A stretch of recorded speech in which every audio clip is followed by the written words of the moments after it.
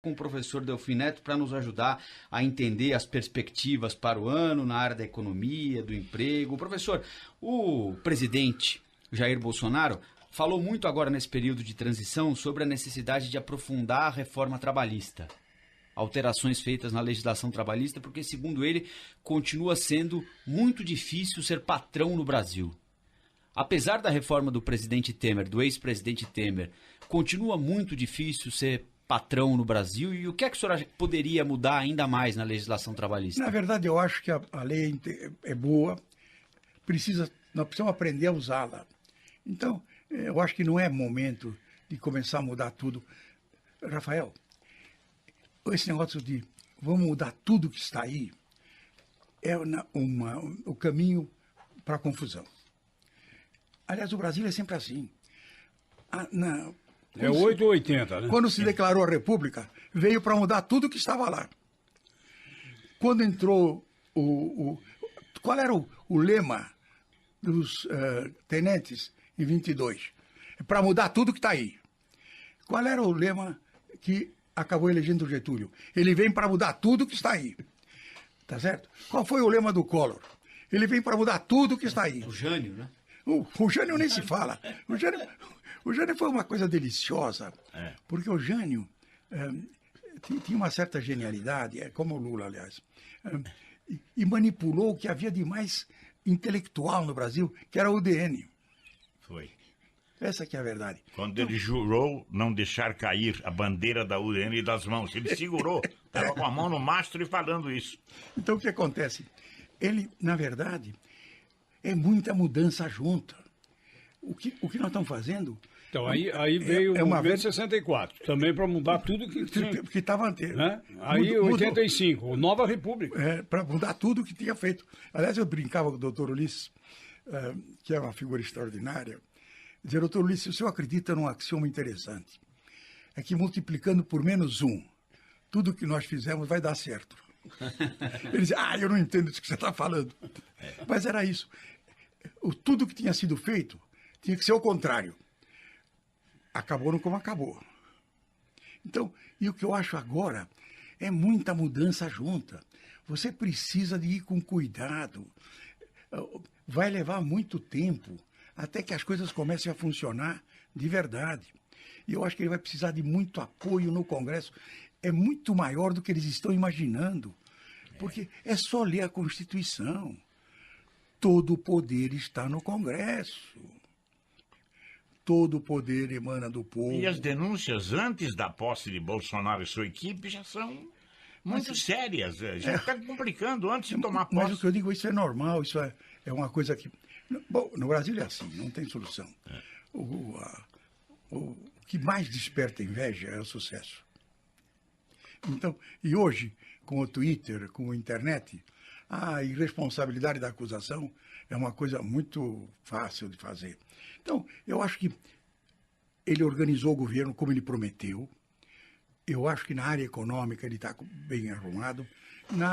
Na outra área, que era o outro pilar, que é a justiça e segurança, eu acho que o Moro vai cumprir o seu papel. E nas relações exteriores? Nas relações exteriores eu tenho minhas dúvidas, porque quando eu ouço dizer na decadência do Ocidente, eu me lembro do Spengler, que antes da Segunda Guerra, da Primeira Guerra Mundial, quer dizer, na minha opinião, e também eu acho que vai ser domesticado, porque se há um corpo preparado de funcionários do Brasil, um desses, dos melhores, é o Itamaraty. O senhor fez parte, né, da diplomacia, sendo embaixador na França. Né? Na verdade, tem uma tradição, que é o do maço. Então, a política brasileira tem uma orientação. O Lula mudou um pouco, já foi corrigida. Tanto que nós fizemos um primeiro acordo agora mesmo com o Chile. O senhor trabalhou com o Azeredo, né? Trabalhei com o Azeredo. Nós sempre citamos aqui o pragmatismo responsável. O Brasil foi o primeiro país a reconhecer as repúblicas independentes comunistas da África, né? Angola e Moçambique. Porque não havia nenhuma razão para não reconhecer.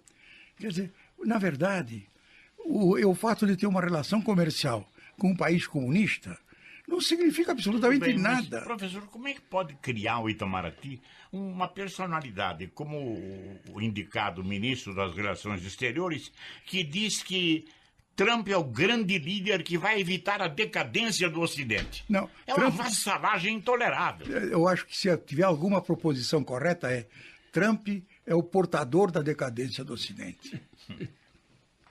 Mas esse atrelamento é uma das preocupações do governo Bolsonaro. Mas esse atrelamento, eu acho que por enquanto é só história. Os interesses brasileiros são muito mais vastos do que isso. Não vamos ter ilusão. Nós não somos uma dependência nem da China, nem dos Estados Unidos. Nós temos relações com os dois e devemos mantê-las. E também não vamos pensar que os Estados Unidos alguma vez protegeu o Brasil, não. Eu tenho um exemplo concreto. Os Estados Unidos nunca ajudou o Brasil, digamos no caso do café solúvel. Que é uma coisa simples. Nem quando cedemos Natal para as forças aliadas. Lá nós trocamos pela CSN.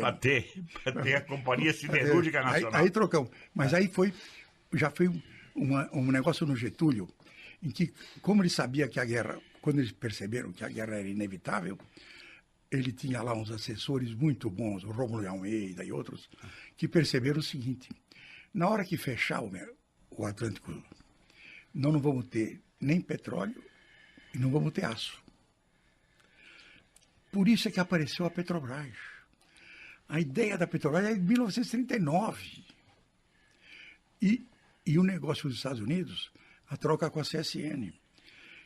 Depois disso, nos ajudaram em algumas coisas, mas nunca tiveram nenhum entusiasmo com o Brasil, como eles tiveram com o Japão, como eles tiveram com a Alemanha. Bom, pelo menos não nos destruíram, como o Japão e a Alemanha. Não, mas eu digo, eles esqueceram Pearl Harbor, né? De repente. Não, mas é o que eu digo.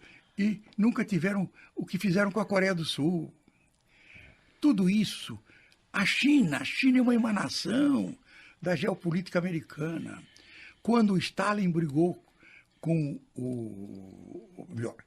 quando o Mao brigou com o Stalin e expulsou os economistas soviéticos, porque estavam fazendo da China uma porcaria igual à Rússia, o que fez o Nixon? Foi junto com o grande Kissinger. Foi a Rússia, foi a China dizer: olha aqui, o Xi Jinping, você faça uma zona de livre comércio, eu abro o meu mercado para você, eu mando minhas indústrias para cá, educo o teu chinês para trabalhar. Por quê? Achando que ia reproduzir o modelo japonês e o modelo alemão, que com a prosperidade viria a democracia. Essa é a esperança não cumprida da intervenção. A China jamais seria o que é sem a benevolência extraordinária dos Estados Unidos. A entrada da China em 2002 na OMC é uma fraude. A China nunca foi uma economia de mercado. A China nunca cumpriu, na verdade, os compromissos que ela assumiu como economia de mercado. Até hoje a China não permite a entrada de um banco estrangeiro. Não há nenhuma empresa que se instale lá sem ceder toda a sua tecnologia e os seus segredos. Não vamos ter ilusão sobre isso. De forma que a ideia de que nós vamos nos aliar aos Estados Unidos, imaginando o quê? Imaginando o quê? O que é que eles podem fazer por nós? Nem eles, nem o chinês. Da China eu só tenho uma coisa: inveja. Agora, na verdade, nós precisamos pensar no nosso negócio. Nós não podemos estar bandeando de um lado para o outro. De fato, nós somos 2% do PIB mundial. Mas nós somos a 8ª economia do mundo. A renda per capita é baixa porque nós somos 200 milhões. Mas temos condições de superar isso e crescer. O Brasil precisa de um projeto. O que ele quer ser daqui a 25 anos? Não é essa conversa mole que eu vou liberar tudo, que eu vou fazer isso, que eu vou fazer aquilo. Conta para mim o que você pretende do Brasil. Nós já ouvimos muito isso.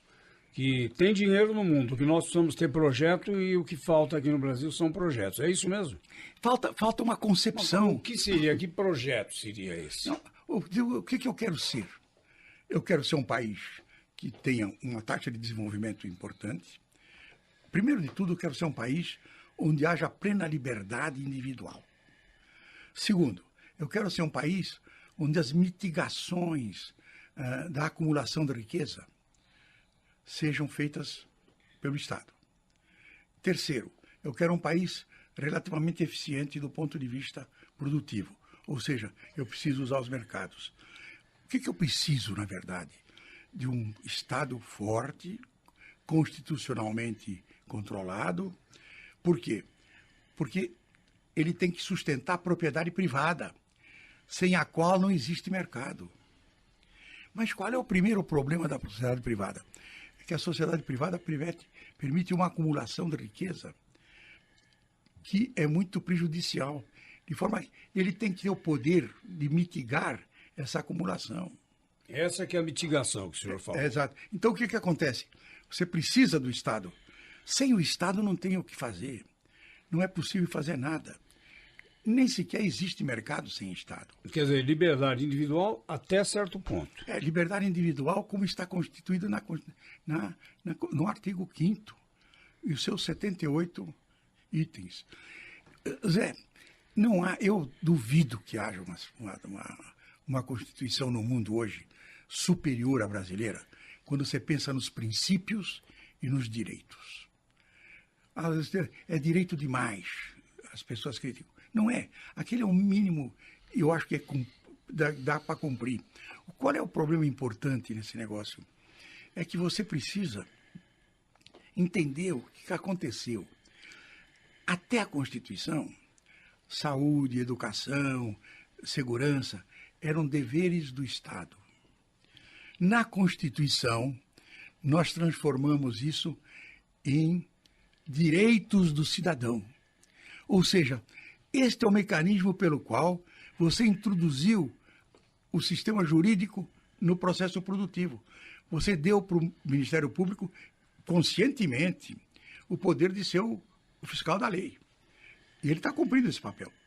Quando um juiz, despacha que alguém que vá fazer um tratamento em Houston e custa $1 milhão, o juiz não pode fazer outra coisa. Não pode fazer outra coisa. Agora, o que ele não entende é o seguinte, é que como a verba de saúde é a mesma, ele talvez salve um e mate 999. Esses 999 não pesam na consciência dele, porque ele cumpriu o seu papel. Se aquele um morresse, pesaria. Exatamente. Então, o que acontece? O que é fundamental entender é o seguinte, a Constituição, no primeiro artigo, diz os poderes são independentes e harmônicos. Harmônicos, eu suspeito que significa o seguinte, a Caixa é única.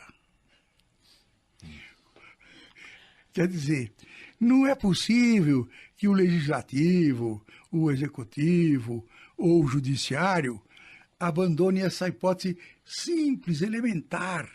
A Caixa é única.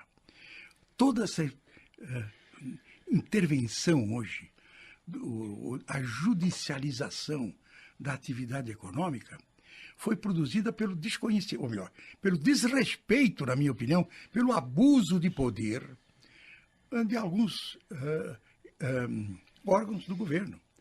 Hoje você tem, na verdade, uma interferência que é enorme e está lá. Tá lá. Só que ninguém entende o que é harmonia. Professor, quando o futuro chanceler Ernesto Araújo fala que a globalização é uma ideologia que só interessa para a China, só favorece a China, ele exagera, é verdade? O que é que se pode tirar disso? É uma incompreensão do seguinte, a única coisa que os economistas podem afirmar com segurança é que mais comércio é melhor que menos comércio. É a teoria das vantagens comparativas. Essa é uma verdade aritmética, não é uma invenção dos economistas, é uma verdade aritmética. De forma que, quanto mais participação você tem no processo produtivo do mundo, melhor e mais eficiente é o teu sistema produtivo. De forma que não é a globalização ou a mundialização que está produzindo isso. São os defeitos que nós permitimos que acontecesse. Ou seja, como eu disse, a China é uma emanação da geopolítica americana sobre a qual ela perdeu o controle. Os Estados Unidos perdeu o controle.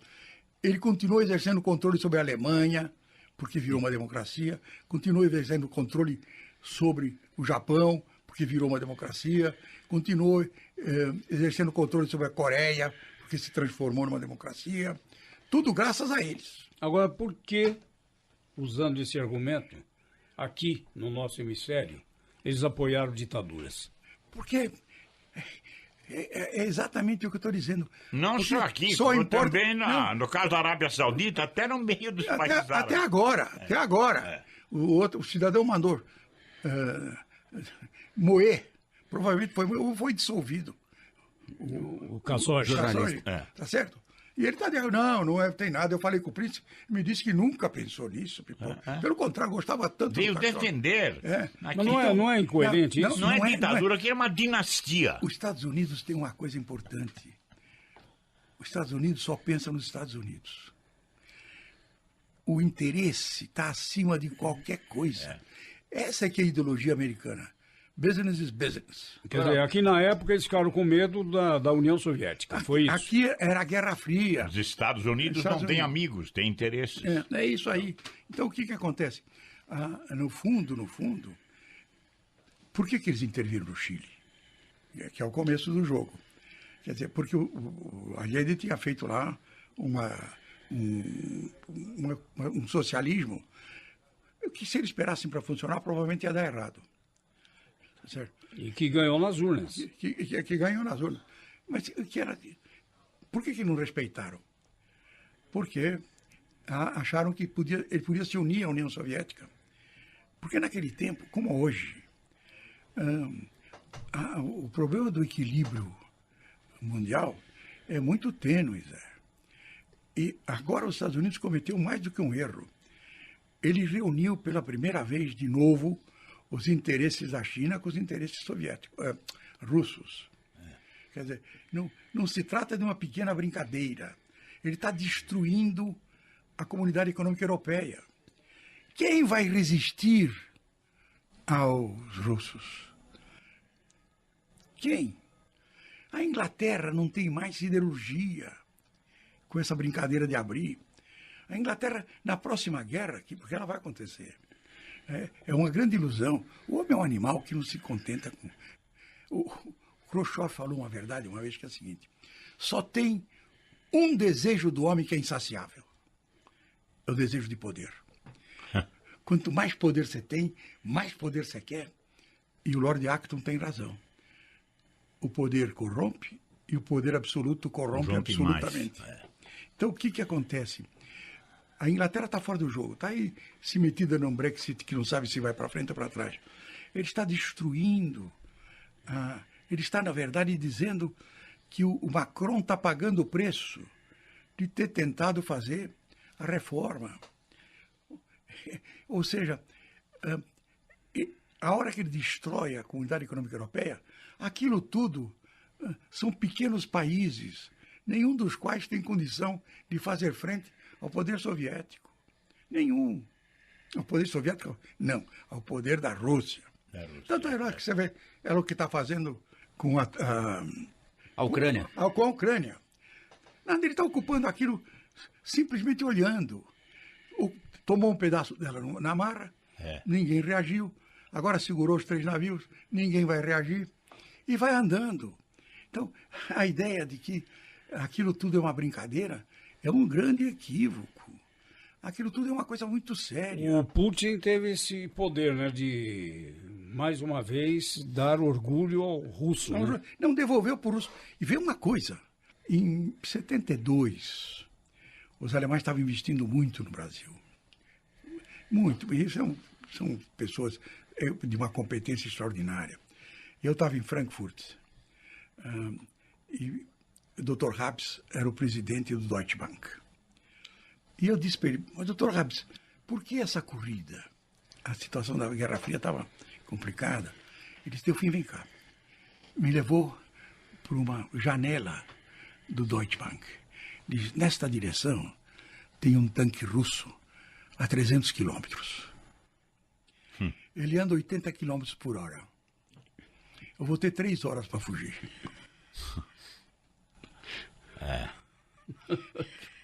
Então, alemães. Vou lhe contar. Eu acho que há uma ingenuidade nesse tipo de tratamento.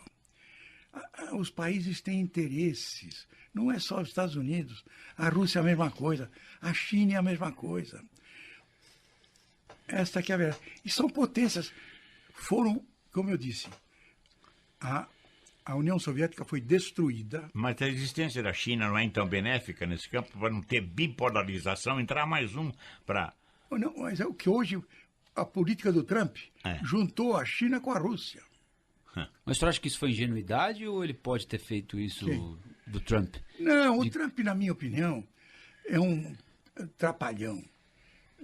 E com muito poder. Com muito poder. Mas se você pensar, o que o Trump diz tem uma certa lógica. Quer dizer, porque agora ele está arrependido do quê? Dos Estados Unidos ter fabricado a China. Só que é tarde demais, doutor. É disso que se trata.